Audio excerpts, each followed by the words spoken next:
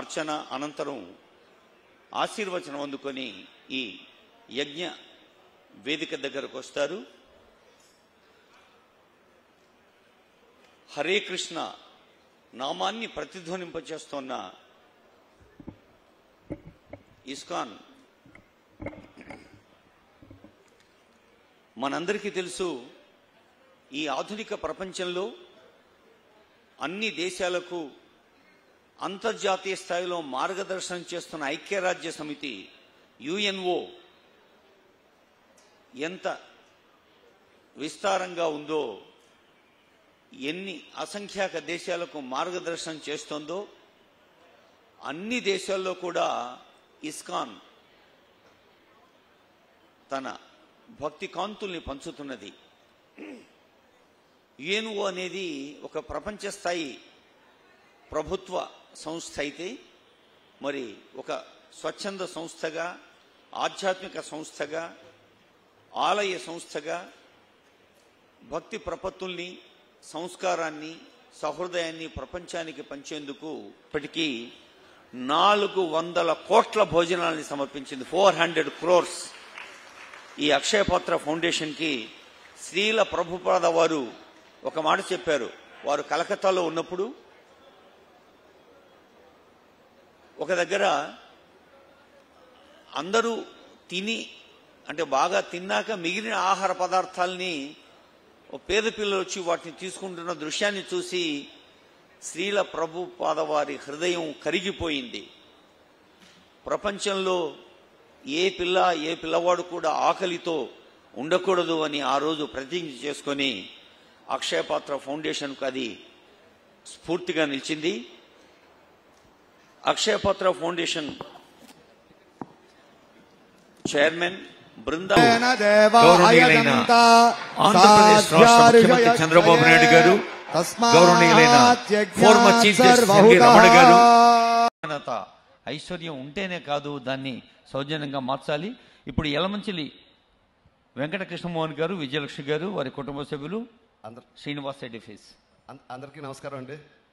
యాక్చువల్గా అంటే సార్కి సమయం చాలా తక్కువ ఉండటం వల్ల 2 ముక్కల్లో ముగించేస్తున్నాను. యాక్చువల్గా బాబు గారు సీఎం అవటం వల్ల కృష్ణా గుంటూరు జిల్లాల ఆస్తులు ఎంతవరకు పెరిగినాయంటే నా వరకు ఒక 100 కోట్లు పెరిగిందండి. అంటే మిగిలిన వాళ్ళకి అందరికీ ఎంత పెరిగిందో చూడండి. అలాగే బాబు గారు చెప్పిన కారణంగా అంటే ఈరోజు ప్రతి ఒక్కరూ ప్రతి దాంట్లోని ఆధ్యాత్మికతలో కానీ లేకపోతే సాంఘికంగా కానీ పాలు పంచుకోవాలన్న దానికి అన్న క్యాంటీన్కి సంబంధించి ఈరోజు నేను 1 కోటి రూపాయలు విరాళంగా ఇస్తున్నానండి. Thank you sir. అభివృద్ధికి ఒక సూచిక ఆస్తి విలువ అని చెప్పారు.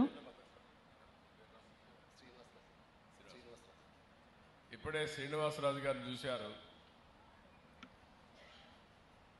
వద్దుద్దమ్మా వద్దమ్మా. గవర్నమెంట్ మారంగానే ఈయన ఆస్తి విలువ 100 కోట్లు పెరిగింది. ఆయన్ని మనస్ఫూర్తిగా అభినందిస్తున్నా. ఇప్పుడు ఇక్కడే మీరు చూస్తే హరే రామ మూమెంట్ కోసం, ఈ టెంపుల్ కోసం 1 కోటి రూపాయలు డొనేట్ చేశారు. అంటే ఇక్కడ మనం గుర్తుపెట్టుకోవాల్సింది, రాష్ట్రంలో ఉండే ప్రజలందరూ గుర్తుపెట్టుకోవాలి,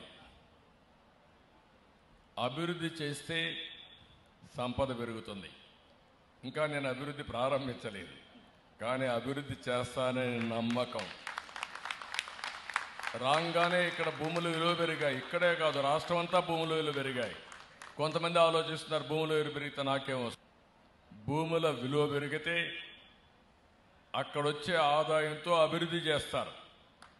అక్కడి నుంచి అభివృద్ధి చేస్తే సంపద సృష్టించబడుతుంది. ఆ సంపద నుంచి ప్రభుత్వానికి ఆదాయం వస్తే ఆ డబ్బులతో పేదరిక నిర్మూలన జరుగుతుంది. ఈ విషయం మనందరం గుర్తుపెట్టుకోవాల్సిన అవసరం ఉంది. 1% గ్రోత్ రేటు పెరిగితే 15,000 కోట్ల రూపాయలు ప్రభుత్వానికి ఆదాయం వస్తుంది. 15,000 కోట్ల రూపాయలు 1% పెరిగితాయి. అలాంటి ఆదాయం పెరుగుతూ ఉంటే నేను అందుకే చెప్పాను, సంపద సంపాదించడమే కాదు, ఇప్పుడు శ్రీనివాసరాజు లాంటి వ్యక్తి ఒక 100 కుటుంబాలని, పేద కుటుంబాలని జీరో పావర్టీ కానీ చేయగలిగితే ఆయన జీవితానికి సార్థకత ఉంటుంది. ఆ ఉద్యమాన్ని ప్రారంభిస్తా. నేను పీపీపీ మోడల్ అన్నాను, P3 అది. ఇప్పుడు చెప్తున్నా, నా జీవితం అంకితం ఈ పేద ప్రజానికానికి. జీరో పావర్టీ చూడడం, జీరో పావర్టీ తప్ప ఇంకోటి కాదని కూడా మరొక్కసారి విజ్ఞప్తి చేస్తున్నా. పిల్లలకు కూడా ఇవ్వాలి, కానీ పిల్లలకి ఇవ్వాలి కానీ అక్రమ సంపాదన కాదు, కష్టపడిన సంపాదన. కొంత ఇలాంటి మంచి కార్యక్రమాలు ఖర్చు పెట్టి మిగిలిన డబ్బులు వాళ్ళకి అప్పచెప్తే వాళ్ళు కూడా పైకి వచ్చే పరిస్థితి వస్తుంది. అది చేయాల్సి కోరుతున్నా. Thank you sir. తప్పనిసరిగా సార్, మీరు చెప్పిన దానికి మనసారా రిసీవ్ చేసుకుంటున్నాను సార్.